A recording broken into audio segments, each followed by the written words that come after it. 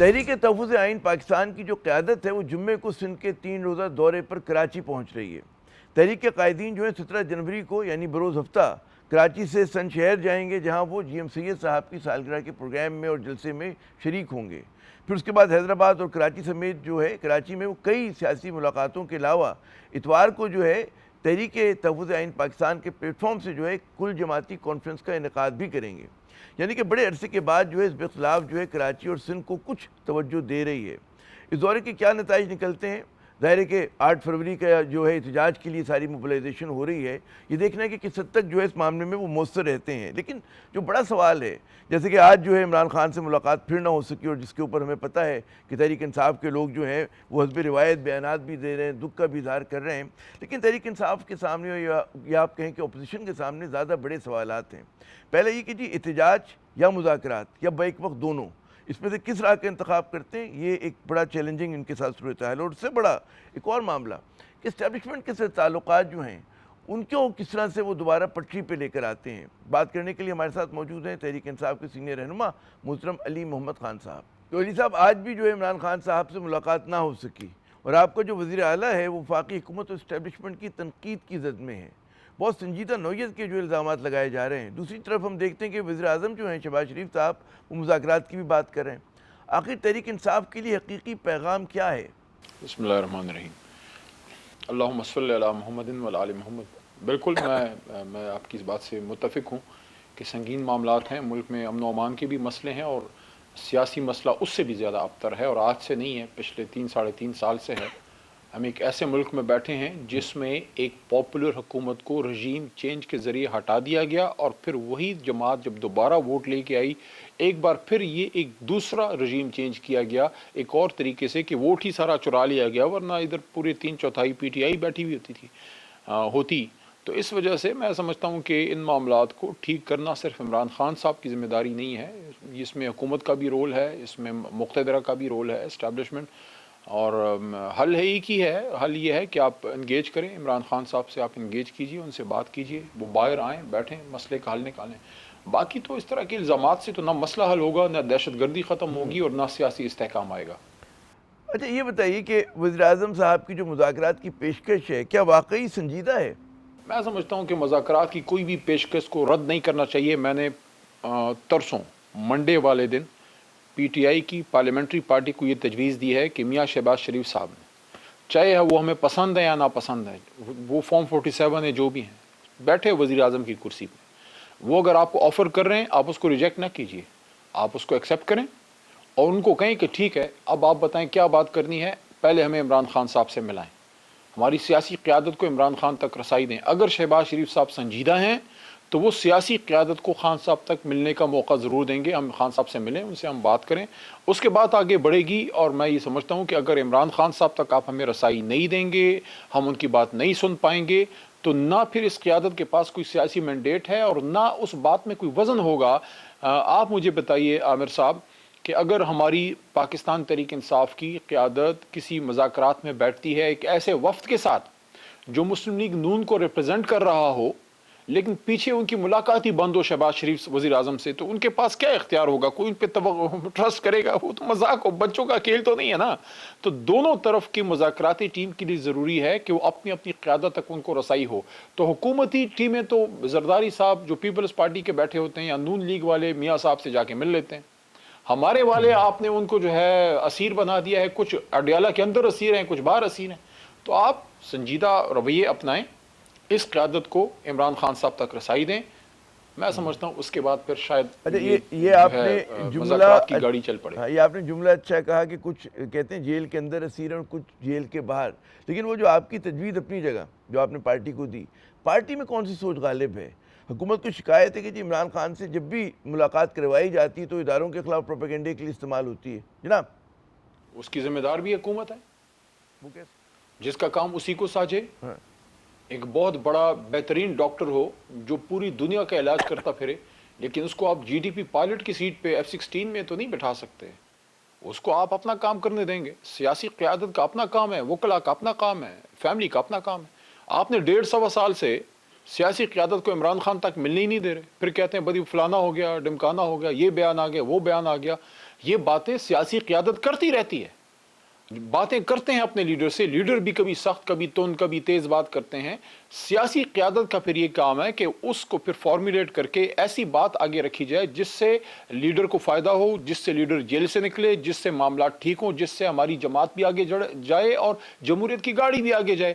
تو اس کے لیے ضروری ہے کہ آزمودہ سنجیدہ پرانے جو ہم عمران خان صاحب کے ساتھی ہیں ان سے آپ کو کیا ڈر ہے؟ یعنی کہ وکیل سے آپ کو ڈر نہیں ہے، فیملی ممبر سے ڈر نہیں ہے، لیکن سیاسی قیادت سے آپ کو ڈر ہے۔ یہی میں کہوں گا نا، اگر آپ نے 1.5 سال سے کسی سیاسی لیڈر کو عمران خان سے نہیں ملنے دیا، اس کا مطلب ہے کہ آپ چاہتے ہی نہیں ہے کہ عمران خان صاحب کوئی سیاسی بات کریں یا ان کے لیڈر ان کو جا کے کوئی سیاسی بات بتائیں۔ اگر آپ نے ایک سیاسی لیڈر کو اپنی سیاسی قیادت سے علیحدہ کر دیا ہے، کیا میاں صاحب کو اس طرح ویکیوم میں رکھا گیا تھا؟ میاں صاحب جب تک پاکستان سے باہر تشریف نہیں لے گئے تھے، جب ہماری حکومت تھی، تب تک میاں صاحب جیل میں ضرور تھے لیکن عزت کے ساتھ تھے، اور ان کے ساتھ ان کے ساتھی جا کے ملتے تھے اور باقاعدہ ڈسکشنز۔ میں خود اس اڈیالہ میں جیل کاٹ کے آیا ہوں، مجھے پتا ہے کہ میاں صاحب باقاعدہ میٹنگز ہوتی تھی، وہ خود پلس مائنس کرتے تھے، اس کو آج ملاؤ، اس کو کل ملانا ہے، فلانا کرنا ہے۔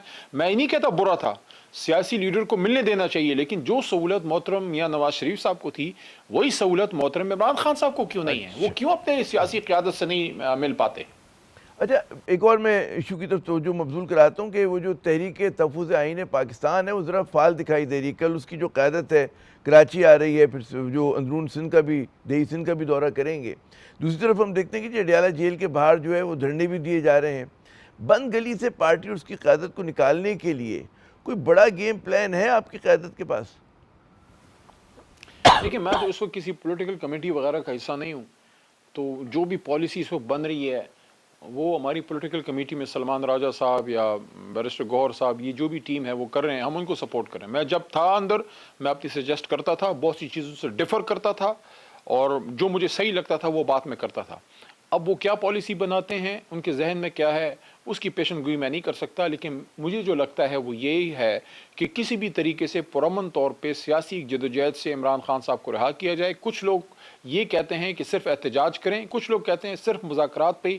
میرا موقف تھوڑا ڈیفرنٹ ہے، میں یہ سمجھتا ہوں کہ مذاکرات آپ سے تبھی ہوتے ہیں جب آپ کی احتجاج کی طاقت برقرار رہے، لیکن اگر آپ احتجاج بھی کریں لیکن اگر مذاکرات کی آفر آئی ہے اس کو ریجیکٹ نہ کریں، اس کو دیکھ لیں کہ اس سے کوئی ونڈو آف اپرچونٹی کھلتی ہے یا نہیں کھلتی۔ اچھا، یہ بتائیے کہ آپ ذاتی طور پہ متفق ہیں جو آپ کی آزاد قیادت یا موجودہ قیادت ہے اس کی حکمت عملی سے، اور پھر آخر اتنی تنقید کی زد میں کیوں ہے؟ جو بھی اس وقت عمران خان صاحب کی رہائی کے لیے کوشش کر رہا ہے، چاہے وہ جماعت کے اندر سے ہے یا جماعت کے باہر سے ہے، دیکھیں ایک شخص، میں مثال دے رہا ہوں، کوئی ایک بیمار ہے، اس کو شفا چاہیے، چاہے وہ ایلوپیتھی سے ہو یا ہومیوپیتھی سے ہو، کوئی دم کرے، کوئی شف کرے، کوئی پانی پلا کے اس کو ٹھیک کر دے، ہمیں مریض کی صحت چاہیے۔ یہ جو اس وقت جمہوریت کا مریض ہے، جمہوریت کی جو گاڑی بالکل کھڈے لائن پڑی ہے، ہمیں اس کو اس دلدل سے نکالنا ہے۔ کوئی بھی اس میں اچھا کردار ادا کرتا ہے بطور سیاسی کارکن، میں اس کو اپریشیٹ کروں گا، چاہے وہ ہمارا کوئی پرانا ساتھی ہے، کوئی آزاد لیڈر ہے، کوئی تحریک انصاف کا لیڈر ہے، کوئی تحریک تحفظ آئین کا ہے، یا کوئی حکومت کا شخص اچھی بات کر رہا ہے۔ جیسے میں دیکھ رہا ہوں، کچھ عرصے سے میں دیکھ رہا ہوں خواجہ سعد رفیق صاحب بڑی مناسب بات کر رہے ہیں، میں سمجھتا ہوں وہ مسائل کے حل کی بات کر رہے ہیں، بالکل اس طرح کی باتوں کو میں سپورٹ کرتا ہوں۔ اچھا، آپ کے پرانے ساتھی جو ہیں وہ نیشنل ڈائیلاگ کمیٹی بنائے بیٹھے ہیں۔ اچھا، یہ جو قیادت ہے، یہ جو آپ کی اس وقت کی موجودہ پی ٹی آئی کی قیادت ہے، اس پہ بھی تنقید کر رہے ہیں، اور ساتھ ہی کہتے ہیں کہ جو عمران خان صاحب کے اور پارٹی کے بھائی خواہ ہیں۔ آپ کیسے دیکھتے ہیں ان کوششوں کو؟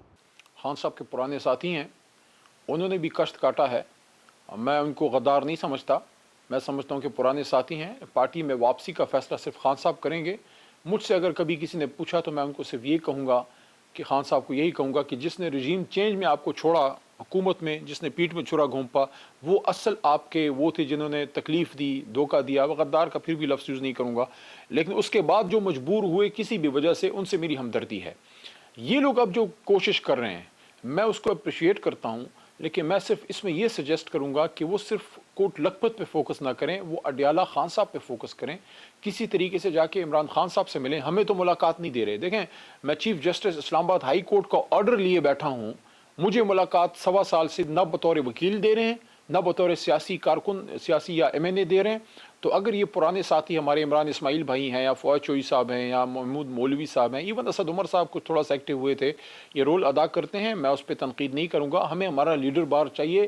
جو موجودہ قیادت ہے وہ اپنی کوشش کر رہی ہے، سابقہ قیادت اپنی کوشش کر رہی ہے. جو بھی کوشش کر رہا ہے، میں سمجھتا ہوں کہ ہمیں پازیٹیو کام کو سپورٹ کرنا چاہیے. اور اس وقت پاکستان میں اس وقت جب ہمارے جوان شہید ہو رہے ہیں، رینجر شہید ہو رہے ہیں، FC شہید ہو رہی ہے، پولیس شہید ہو رہی ہے، علماء کو مارا جا رہا ہے، سیاسی لیڈرشپ کو مارا جا رہا ہے، اس وقت تو ہمیں سر جوڑ کے بیٹھنے کی ضرورت ہے. ابھی بھی لعن طعن جاری ہے، ابھی بھی میں غدار، تو غدار، یہ غدار غدار. ہمیں کوئی بیماری ہے اس قوم کو، اس سیاسی قیادت کو کیا بیماری ہے کہ آپ یہ دیکھیں فاطمہ جناح بی بی تک کو غدار کہا گیا، تو میں اور آپ کس کھید کی مولی ہیں. تو خدا را یہ غدار غدار کی بیماری کو چھوڑیں، مسائل کے حل کی طرف آئیں. جناب اچھا، سب سے اہم سوال اور آخری سوال کہ اسٹیبلشمنٹ سے تعلقات ٹھیک کرنے کے لیے آپ کی جماعت کو کیا کرنا پڑے گا؟ اسٹیبلشمنٹ پہ تنقید کا جو ہے وہ نظر ہی آ رہا ہے کہ جی سیاسی فائدے سے زیادہ نقصان ہو رہا ہے آپ لوگوں کو. جی دیکھیں، جب حد سے زیادہ کوئی تنقید اخلاق سے گری ہوئی ہوتی ہے تو اس کی تکلیف اس کو نہیں پہنچتی جو گالی دیتا ہے. وہ تکلیف میرے لیڈر عمران خان کو جیل کے اندر دیتے ہیں. میں ہمیشہ سے اپنی جماعت کو یہ کہہ رہا ہوں کہ آپ صحیح پیرائے میں مناسب تنقید ضرور کریں، لیکن ذاتیات کی بات نہ کریں، کیونکہ اس کا نقصان عمران خان کو ہوتا ہے. اسی پہ پرچہ کٹتا ہے، اسی کی ملاقات بند ہوتی ہے، اسی کو سالٹری کنفائنمنٹ میں ڈالا جاتا ہے. باقی تو سب اپنے بچوں کے ساتھ جی رہے ہیں، عمران خان جیل میں پڑا ہوا ہے. تو اس لیے میں یہ سمجھتا ہوں کہ معاملات ٹھیک کرنے کے لیے دونوں طرف کو ایک ایک سٹیپ پیچھے جانا ہوگا. ہمیں بھی ایک سٹیپ پیچھے، اسٹیبلشمنٹ اور حکومت کو بھی، اس کے بعد بیچ میں کوئی راستہ بنے گا. ہمیں عمران خان صاحب کی رہائی عزیز ہے، ہمیں کسی سے کوئی ذاتی دشمنی نہیں ہے.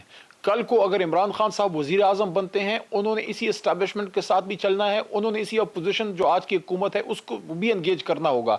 تو اس لیے سیاسی اختلاف رکھیں، اپنا موقف پرزور طریقے سے دیں، لیکن سیاسی اختلاف کو گالی یا دشمنی نہ بنائیں. جناب دشمنی نہ بنائیں. بہت بہت شکریہ علی محمد خان صاحب، آپ نے اپنا قیمتی وقت دیا اور بڑی ایک میرے خیال میں اہم تجویز دی ہے کہ دونوں فریق جو ہیں کم از کم ایک ایک قدم پیچھے ہٹیں، کچھ اعتدال سے بات کریں، کچھ توازن سے بات کریں، تبھی پاکستان کی سیاست کو جو ہے آگے بڑھنے کا راستہ ملے گا اور ہم جو بند گلی میں پھنسے ہوئے ہیں اس سے نکل پائیں گے.